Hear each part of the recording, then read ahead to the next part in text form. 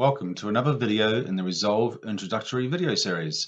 My name is Brent Hunter, and today we're going to go and have a look at the event component when designing Resolve Actions Pro automations and runbooks. During the execution of an attended or unattended automation, you may need to pause the execution of your automation in order for a manual task to occur or to wait for an external third-party tool to produce an event or to send some data into Resolve. Once this external event has occurred, you then need your specific automation to resume from where it last left off. These external events can be almost anything happening within your IT or network space. For example, you might want to pause an automation mid-flow whilst it waits for an email to be received into a specific mailbox. Or you may want your automation to only resume once a specific database table or record changes values. And of course, you can always depend on Resolve's other built-in gateways to poll third-party services until a certain condition is met. Another option is for your third-party tools to push its data into Resolve, whether structured or unstructured data, but that will in turn trigger the event to continue your specific automation. Probably the most commonly used real-world scenario is during automated diagnostics, when the automation remediates an actual issue and then needs to wait for confirmation that the alert or alarm is actually cleared on the third-party tool that is monitoring the service and that originally created the alarm. Next up are approvals. Now, when making changes to a network element or restarting a service or the server itself, it may be necessary to obtain additional approval during your automation flow. Sometimes this can be achieved with the integration between Resolve Actions and your ITSM tool. But for all other instances, you can send out an email and pause the automation using the event component. Once that email has been replied to by the required approver and received by Resolve, the automation can then resume. And that's the same process with other technologies like chatbots, virtual support agents, and other web flows. And the last real-world example is when a human needs to perform some intervention when they're following one of Resolve's troubleshooting guided procedures. An engineer may need to power on a device, for example, and then the automation can be allowed to continue when Resolve receives a power on event from that device. Okay, let's build a basic automation with the event component.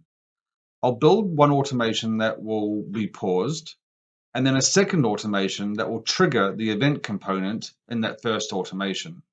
Once I've shown the basics, I'll then demonstrate how we can modify the first automation to wait for an approval email. Okay, let's switch over to Resolve Actions Pro. Now this is version 7.5, which at the time of recording is the latest version. I have a very basic automation here with just two comment tasks. The first comment task just tells us that the automation is going to be paused because of the event component. And the second comment task lets us know that the automation has been resumed. You simply drag and drop the event component into the appropriate position in your automation flow to pause the automation at that point. And then to trigger that event, you just need to reference two unique IDs from that event component.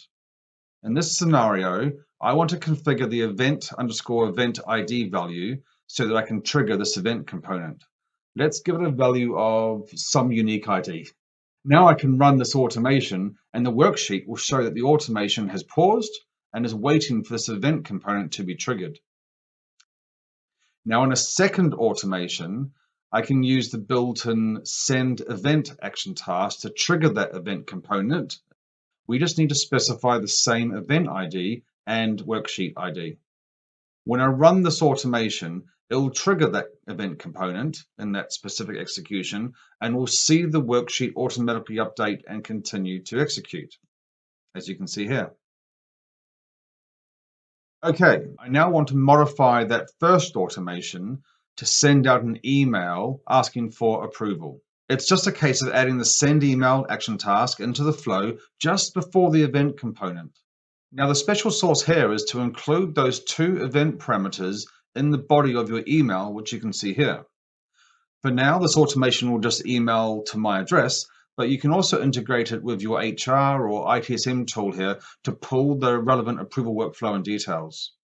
Okay, I'll just save my changes and execute the automation.